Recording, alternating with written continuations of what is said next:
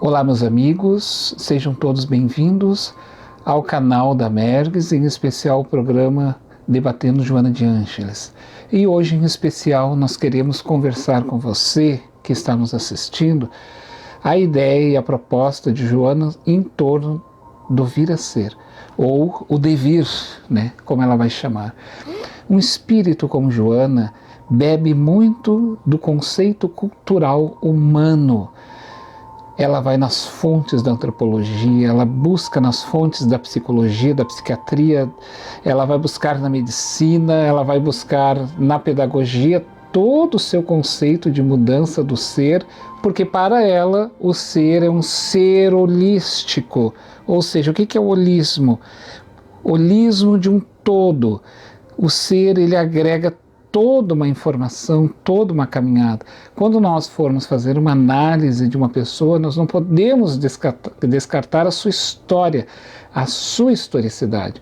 E ela, para conhecer os caminhos no auxílio ao outro com relação a estes seres que caminham, ela também vai fazer essa análise e vai buscar para nos compreender.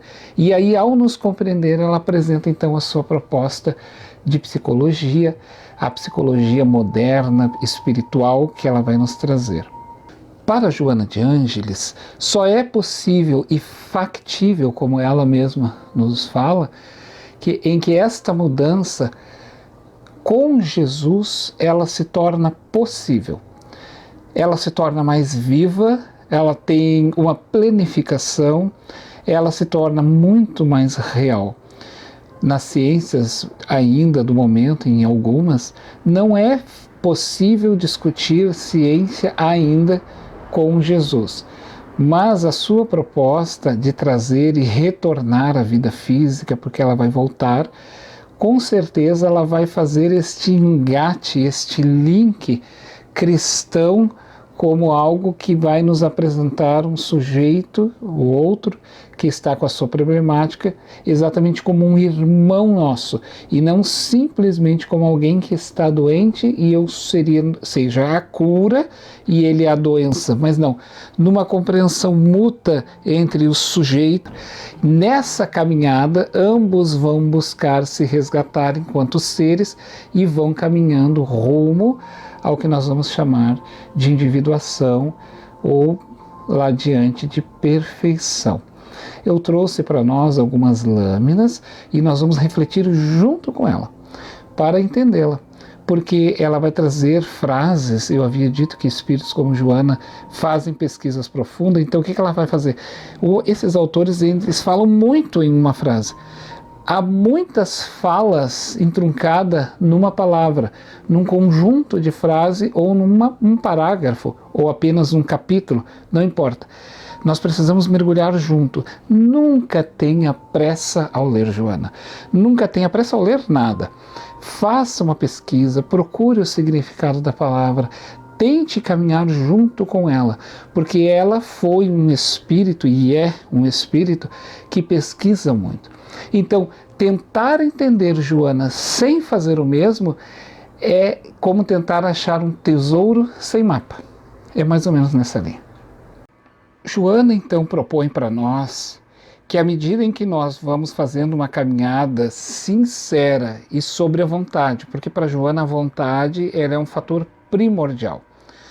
Além de vários outros fatores, a vontade ela é o primeiro sentimento de um passo que vai dar para que o sujeito, enquanto ser que quer se transformar, possa agregar conceitos e esses conceitos possam lhe dar bases muito internas para poder significar e ter sentido.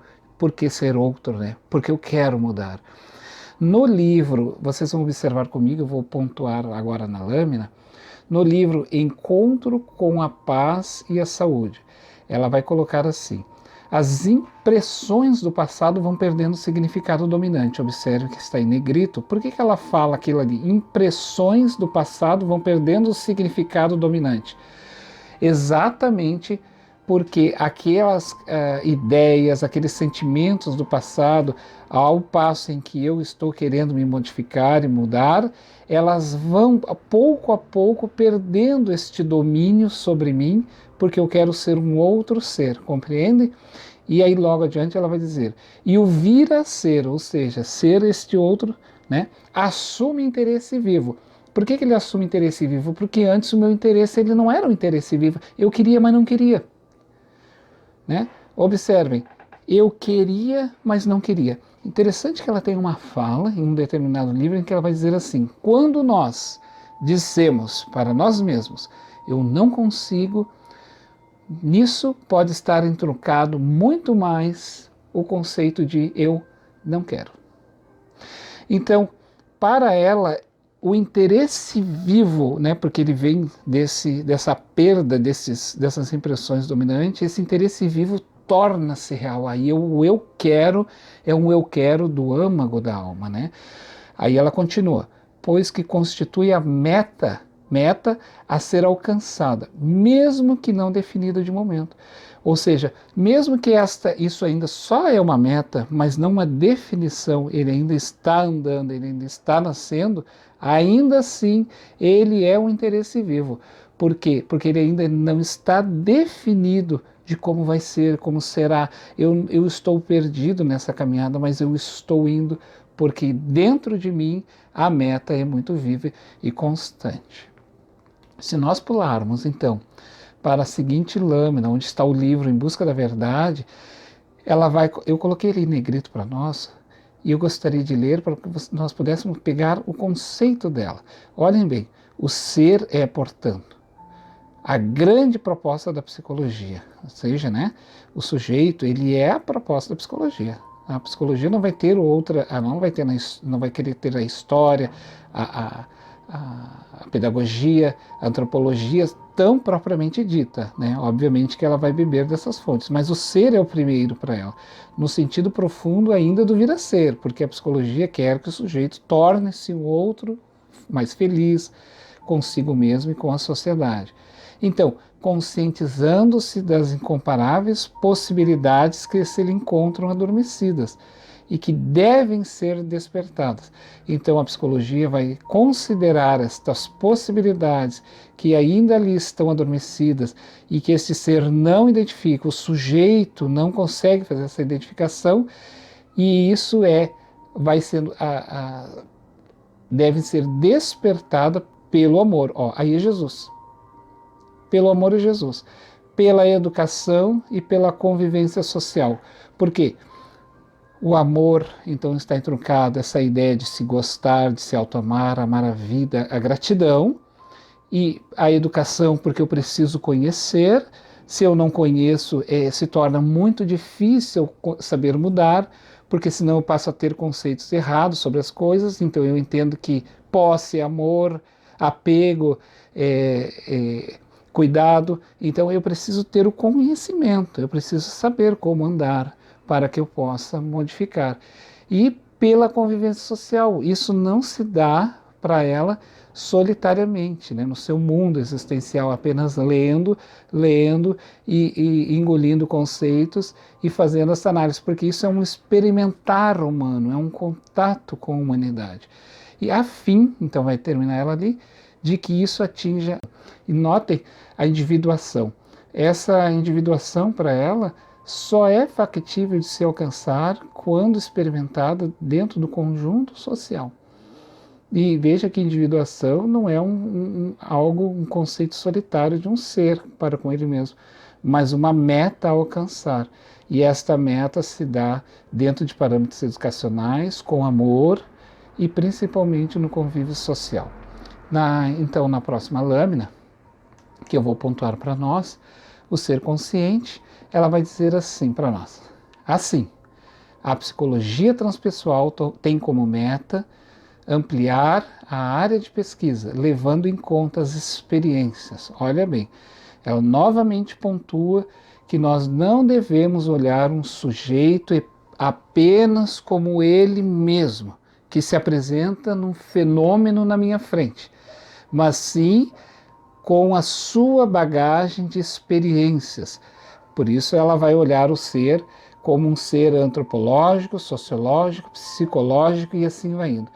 Em um laboratório, porque ele é um laboratório humano, porque ele está nesse experimento de si próprio, né?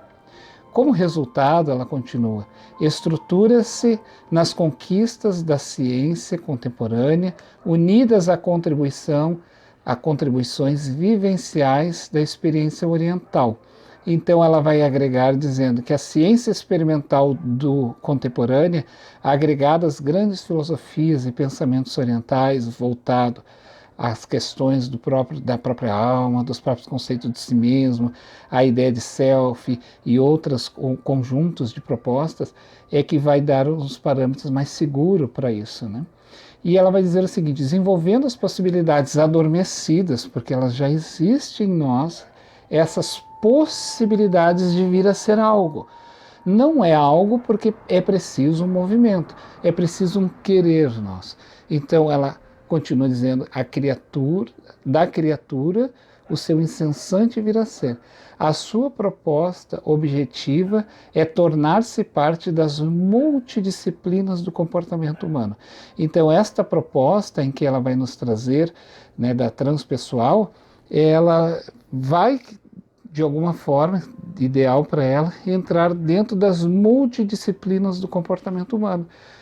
Nós só vamos ter, por exemplo, entendendo esta lâmina, que sucesso nós vamos ter na pedagogia, por exemplo, na educação infantil, com a ideia de proposta transpessoal de olhar o ser como um todo e não apenas como um sujeito ali naquele momento. Se nós olharmos, por exemplo, na área médica, nós não podemos olhar apenas um sujeito doente ali, nós temos que olhar ele num todo.